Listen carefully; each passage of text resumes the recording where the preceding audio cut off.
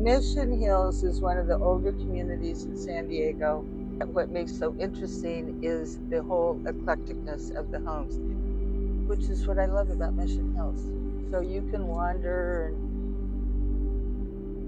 see what somebody's doing to their yard, and they change over time. I'm Donna Canero, and I was the first president of the Mission Hills Garden Club back in 1999, I guess it was, and helped start the organization. And these people have carried it on. I'm Chris Chase, and I'm the current president of the Mission Hills Garden Club. And I am Bev Larson, and I actually began the past president of the Garden Club, but I'm one of the chairs of the Garden Walk this year. Well, when the club first started, the Fausto, who is did own the he still owns Mission Hills Nursery, had posted a sign, and I had recently moved back to Mission Hills, and so was doing a lot of planting, and he had a sign said anybody interested in forming a garden club. Well, there were 4 people that signed up, and every week I'd go back and there'd be nobody else. And about the same time, Marian and her husband got this idea of doing a garden. And so bottom line is we sort of joined forces, and that was the beginning of the garden club. There wasn't really any formal garden club yet, but the garden walk is what really brought it together. And if I remember right, it was Marian who decided to do something to honor mothers, which is why it's on the Saturday before Mother's Day. So now we're celebrating our 28th year of the Garden Walk, and I also understand that we were one of the first. Mm-hmm. So we always have it Saturday before Mother's Day, and I figured out we average about 10 gardens. So that says that we have done about 280 gardens in the neighborhood. Some of them have been repeated. Right.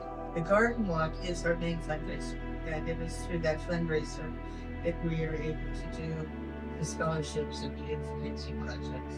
Scholarships are a very key part of giving back to our community.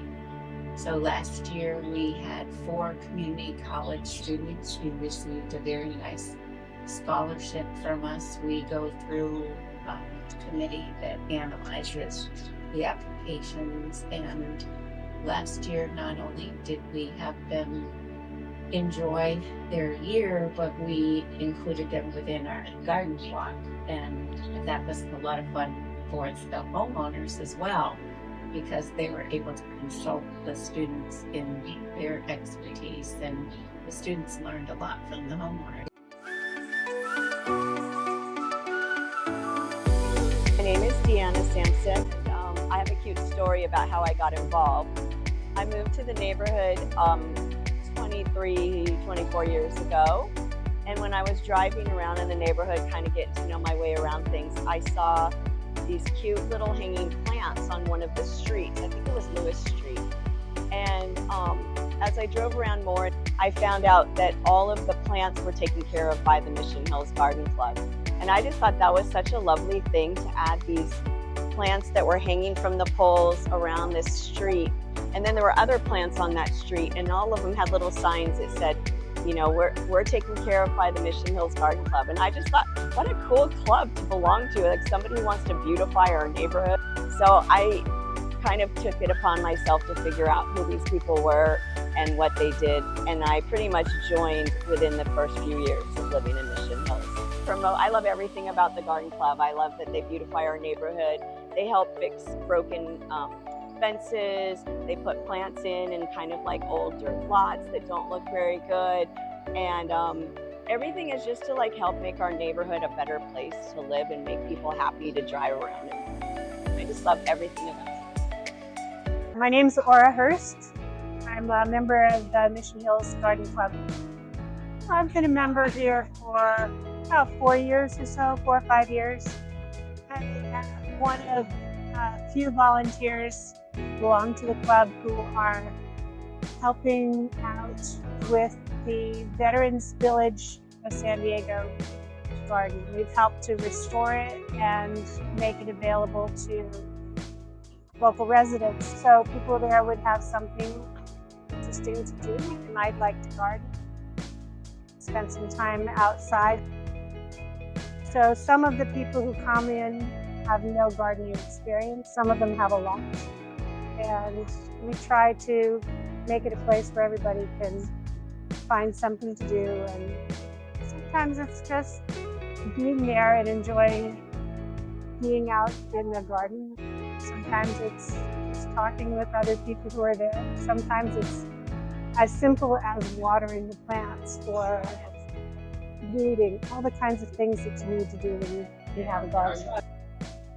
One of the great joys is springtime. You plant seeds and then they'll stick around, you keep working on it, and before you know it, you have plants growing, you have food growing, and next thing you know, it's time to harvest and you can eat something fresh out of the soil. We've mostly been doing vegetables. People do have a cafeteria to eat from, but some of them really like to have fresh garden produce. Tomatoes, strawberries, beets, lettuce, all kinds of things. And grapes. We had great grapes this year.